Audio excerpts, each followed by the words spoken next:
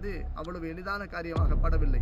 ஏழை எளிய மக்களுடைய அந்த இடங்கள் பறிக்கப்படுவதாக, சினிமா டிக்கெட்டுகளை கள்ளச்சந்தையில் விற்பது போல எந்த சட்ட விதியின் அடிப்படையில் மொபைல் போன்களை கோவிலுக்குள் எடுத்துச் செல்கிறார்கள் என்ற கேள்விக்கு அவர்கள் பதில் சொல்லியாக வேண்டும்.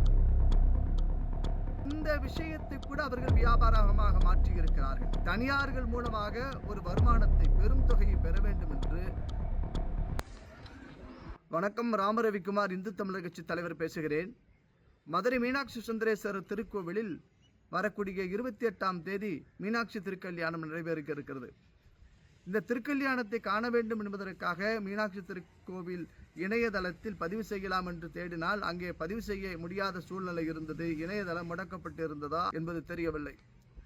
ஆனால் ஏழை எளிய மக்கள் மீனாட்சி தாயை திருக்கல்யாணத்தை காண வேண்டும், அழகர் கோவில் திருவிழாவில் முக்கிய அங்கமாக இருக்கக்கூடிய அந்த திருக்கல்யாண வைபவத்தில் கலந்து கொள்ள வேண்டும் என்பது அவ்வளவு எளிதான காரியமாகப்படவில்லை. பெரும்பாலும் அரசியல் அதிகாரம் படைத்தவர்கள், அரசு துறையில் இருப்பவர்கள், முக்கியஸ்தர்கள், முக்கிய விருந்தினர்கள் என்று சொல்லி விஐபி அந்தஸ்தில் இருக்கக்கூடிய பெருமக்கள் தங்களுக்கும் தங்கள் குடும்பத்தார்களுக்கும் தங்களுடைய அரசியல் அதிகாரத்தை பயன்படுத்தி அந்த இலவச பாசுகளை பெற்றுக்கொள்ளுகின்ற காரணத்தால் பெரும்பாலும் ஏழை எளிய மக்களுடைய அந்த இடங்கள் பறிக்கப்படுவதாக குற்றம் சாட்டுகிறார்கள். மேலும் இந்த இணையதளத்தின் வாயிலாக பதிவு செய்த பலரும் கூட ஒரு சிலர் தங்களுடைய ஏஜென்சி போல வைத்துக்கொண்டு சினிமா டிக்கெட்டுகளை கள்ளச்சந்தையில் விற்பது போல விற்பனை செய்திருக்கிறார்கள். இது கடந்த ஆண்டுகள் நடந்த கசப்பான உண்மைகள் என்பதை மறுக்க முடியாது. மீனாட்சி திருக்கோயில் நிர்வாகத்தில் இருக்கக்கூடிய பலரும் தங்களுக்கு வேண்டியவர்களுக்கு தேவையான சலுகைகளை செய்து கொடுப்பதாக குற்றச்சாட்டு இருக்கிறது. நீதித்துறையில் அனைவரும் ஆண்டவன் முன்னால் சமம் என்று சொல்லக்கூடிய பல பெருமக்கள் இது கவனத்தில் எடுத்துக்கொள்ள வேண்டும்.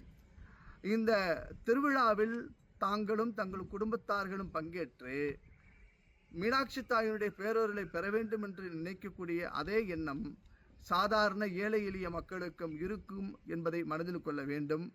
ஆகவே நீதிமன்றத்தில் இருக்கக்கூடிய பெருமக்கள் இந்த விஷயத்தை கவனத்தில் கொண்டு நிச்சயமாக தானாக முன்வந்து இந்த வழக்கை முன்னெடுக்க வேண்டும் என்ற வேண்டுகோள் செய்தியை முன்வைக்கிறேன்.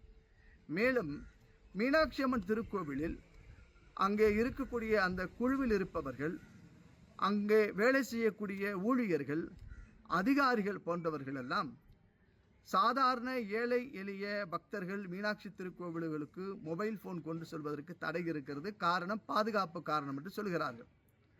நீதிமன்றமானது செல்போன் எடுத்து செல்ல தடை, ரைட், அதை மதிக்கிறோம். அப்படியானால் அந்த கோவிலில் இருக்கக்கூடிய ஊழியர்களும் அதிகாரிகளும் அர்ச்சக பெருமக்களும் மற்றும் அந்த கோவில் சார்ந்து பணிபுரியக்கூடிய அனைவரும் எந்த சட்ட விதியின் அடிப்படையில் மொபைல் போன்களை கோவிலுக்குள் எடுத்துச் செல்கிறார்கள் என்ற கேள்விக்கு அவர்கள் பதில் சொல்லியாக வேண்டும். ஏழை எளிய பக்தர்கள் செல்போன் எடுத்துச் சென்றால் பாதுகாப்பு அச்சுறுத்தல் என்று சொல்லக்கூடிய கோவில் நிர்வாகம் தங்களுக்கு வேண்டியவர்கள், முக்கியஸ்தர்கள், உபயதாரர்கள், தங்கள் அரசியல் ஆளுமையோடு வரக்கூடிய அனைவருடைய போட்டோ புகைப்படங்களை கோவில் ஊழியர்கள் உட்பட பலரும் எடுத்து மக்களுக்கு பொதுவெளியில் விநியோகம் செய்கிறார்கள்.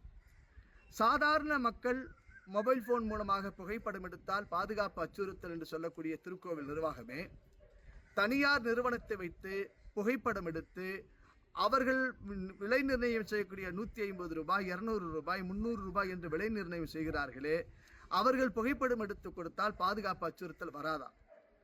காரணம், இந்த விஷயத்தை கூட அவர்கள் வியாபாரமாக மாற்றியிருக்கிறார்கள். சாதாரண மக்கள் மீனாட்சி திருக்கல்யாணம் மட்டுமல்ல, திருக்கோவிலுக்கு சென்று தங்களுடைய வழிபாடுகள் செய்கின்ற பொழுது, கருவறைக்கு செல்லுகின்ற பொழுது மொபைல் போன் எடுத்து செல்லக்கூடாது என்ற நடைமுறையை மதிக்கிறோம். ஆனால் கோவிலுக்குள்ளாக செல்போன் பாதுகாப்பு மையங்கள் வைக்கலாமே.